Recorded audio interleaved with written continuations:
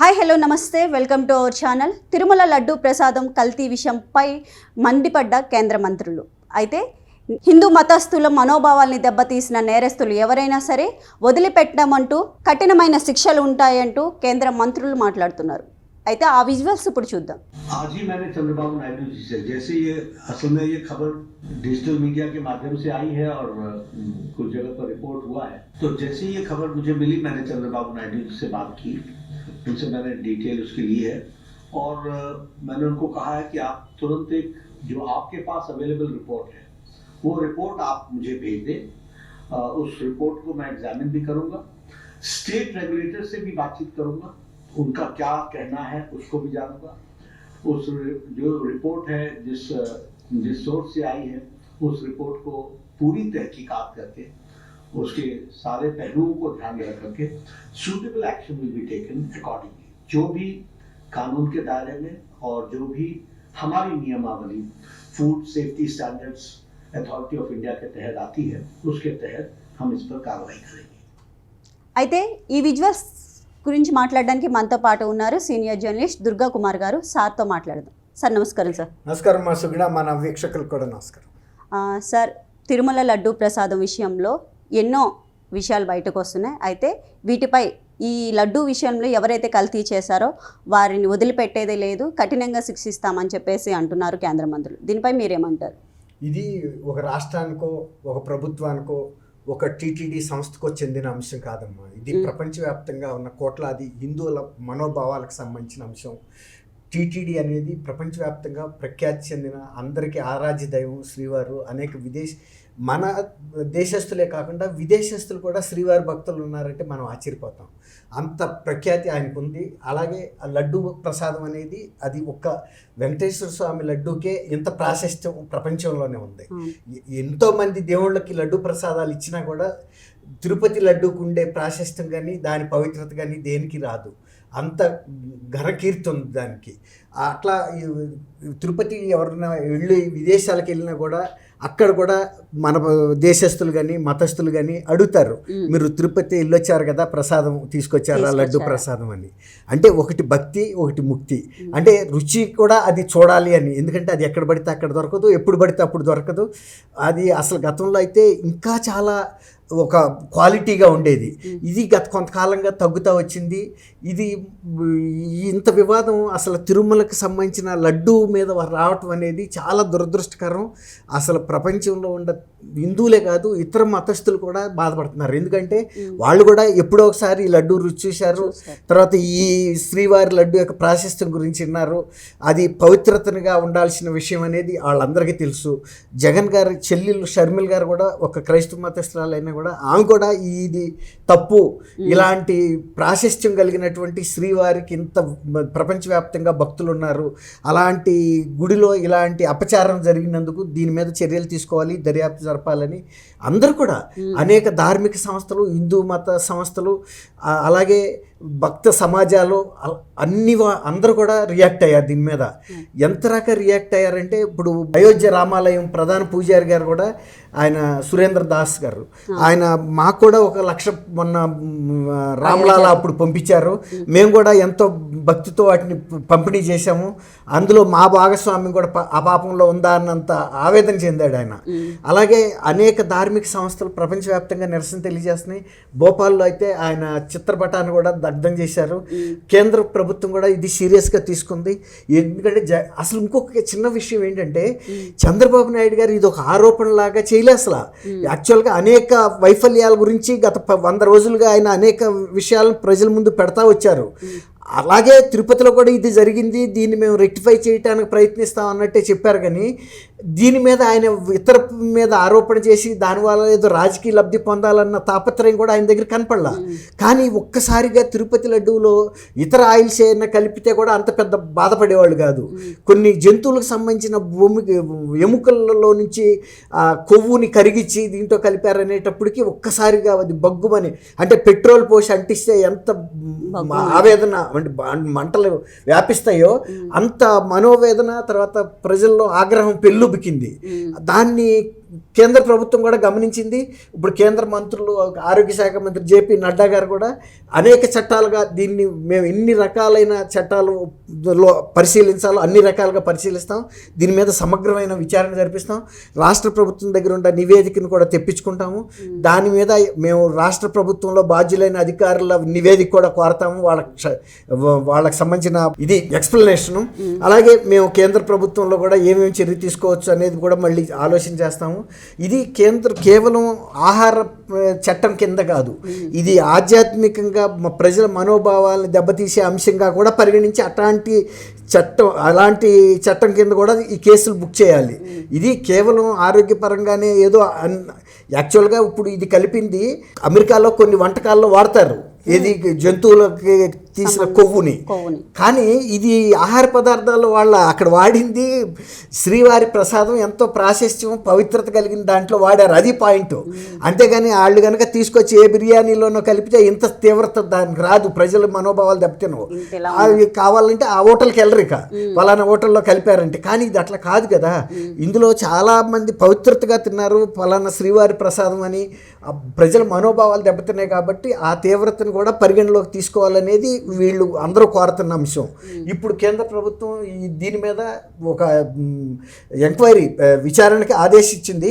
వీళ్ళ దగ్గర నుంచి కూడా రాబడతారు నివేదికని, రాష్ట్ర ప్రభుత్వంలో ఇందుకు బాధ్యులు ఎవరున్నారు, అది టీటీడీ అధికారులా లేకపోతే రాష్ట్ర ప్రభుత్వంలో ఉన్న ఆహార శాఖకి సంబంధించిన వాళ్ళు కానీ ఎవరు బాధ్యులైతే వాళ్ళ మీద మేము చర్యలు తీసుకుంటాం, గట్టి చర్యలు తీసుకుంటాం.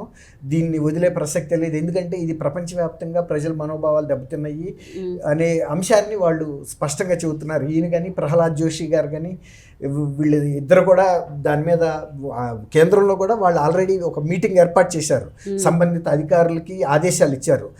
మంత్రులుగా వాళ్ళు ఆ నిర్ణయం తీసుకుంటారు, కానీ దాన్ని ఫాలో అప్ చేయాల్సింది సెక్రటరీలు వాళ్ళంతా కూడా దాన్ని ఫాలో అప్ చేస్తున్నారు. ఇది ఇంకోటి ఏంటంటే రాష్ట్ర ప్రభుత్వం అన్నిటిలోనూ అనేక అవకతవకలకు పాల్పడింది, కానీ టీటీడీ లాంటి ఒక ధార్మిక సంస్థ, అత్యంత ప్రపంచంలోనే ఒక ప్రత్యేకత కలిగినటువంటి సంస్థలో కూడా ఇలాంటి చేయటం అనేది ప్రజలు క్షమించలేకపోతున్నారు. ఇతర ఆర్థికంగా చేసిన అవకతవకలు లేకపోతే అవినీతి ఇవన్నీ వేరు, కనీసం తినే ప్రసాదం ఒకటి. టీటీడీ అనేది ఒక పవిత్రమైన సంస్థ. ఇప్పుడు కాదు, 2019లో వైఎస్ఆర్సీపీ ప్రభుత్వం వచ్చిన దగ్గర నుంచి కూడా ఇలాంటి ఏ ఒక కొంటి పనులు అక్కడ చేస్తానే ఉంది. ఈ వివిధ సంస్థలు వాటిని ఖండిస్తానే ఉన్నాయి, విమర్శిస్తున్నాయి, ఫిర్యాదు చేస్తున్నాయి. అసలు అన్ని మతస్థులను తీసుకొచ్చి కూడా దీనికి టీటీడీకి చైర్మన్గా పెట్టడం అనేది ఏంటనేది ఎవరికి అర్థం కాని అంశం, ఎవరు దొరకలేదా. అసలు ఇంకోటి ఏంటంటే ఇన్ని అవకతవకలు చేస్తున్న ఈ ప్రభుత్వం ఒక్కటి చేసి ఉంటే కనీసం ఈ ప్రభుత్వానికి ఇంత అప్రతిష్ట వచ్చేది కాదు, ఇంత ప్రమాదం వచ్చేది కాదు. ఇలాంటి ధార్మిక సంస్థల జోలికి వెళ్లకుండా నిజమైన ధార్మిక వివి కలిగిన భావాలు కలిగిన వ్యక్తిని, వివాదానికి అతీతమైన వ్యక్తిని కనుక అట్లాంటి దాంట్లో పెట్టి వీళ్ళు ఆ జోలికి వెళ్లకుండా ఉంటే వీళ్ళకి అసలు ఇబ్బంది రాకపోయేది.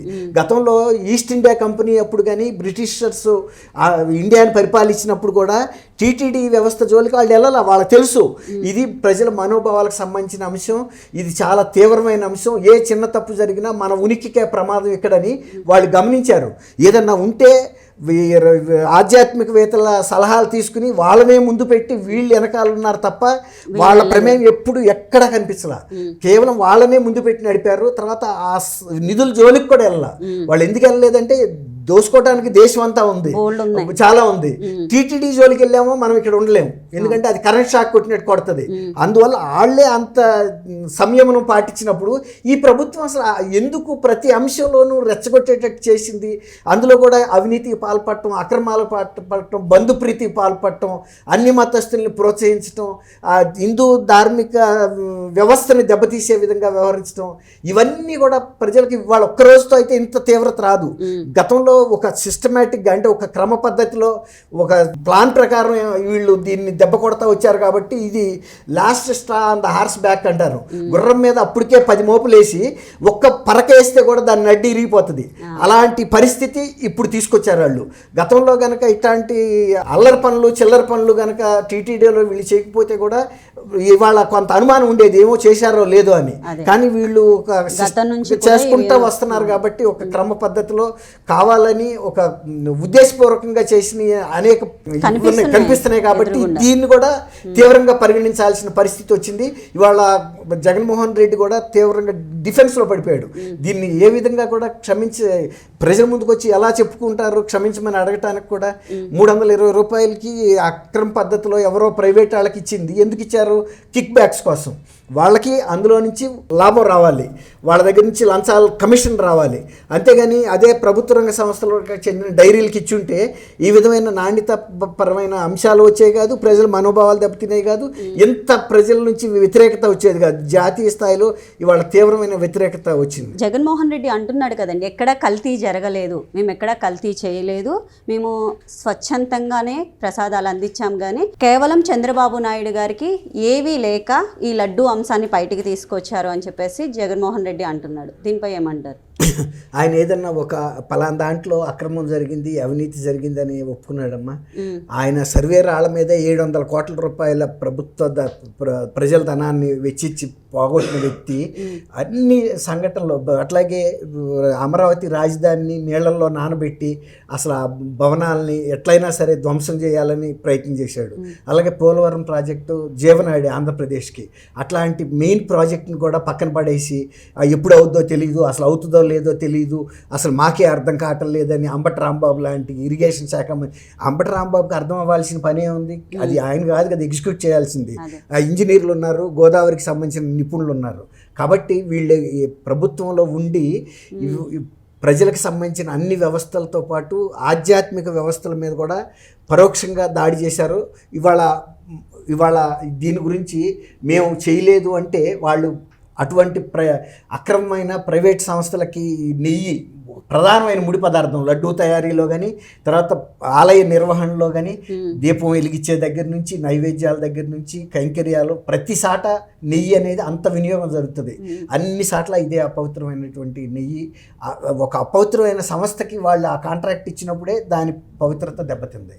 ఇప్పుడు నందిని లాంటి వ్యవస్థ ఫెడరేషన్, కర్ణాటక మిల్క్ ఫెడరేషన్ ఉండగా వాళ్ళు అక్కడికి రీజనబుల్గా మేము ఇస్తున్నాం, మేము ఇందులో లాభాపేక్ష ఆశించలేదని. ఇప్పుడు మైసూర్ శాండల్ సబ్బు ఉంది, ఇప్పుడు పూర్వకాలం అది కూడా కర్ణాటక రాష్ట్ర ప్రభుత్వం అంది.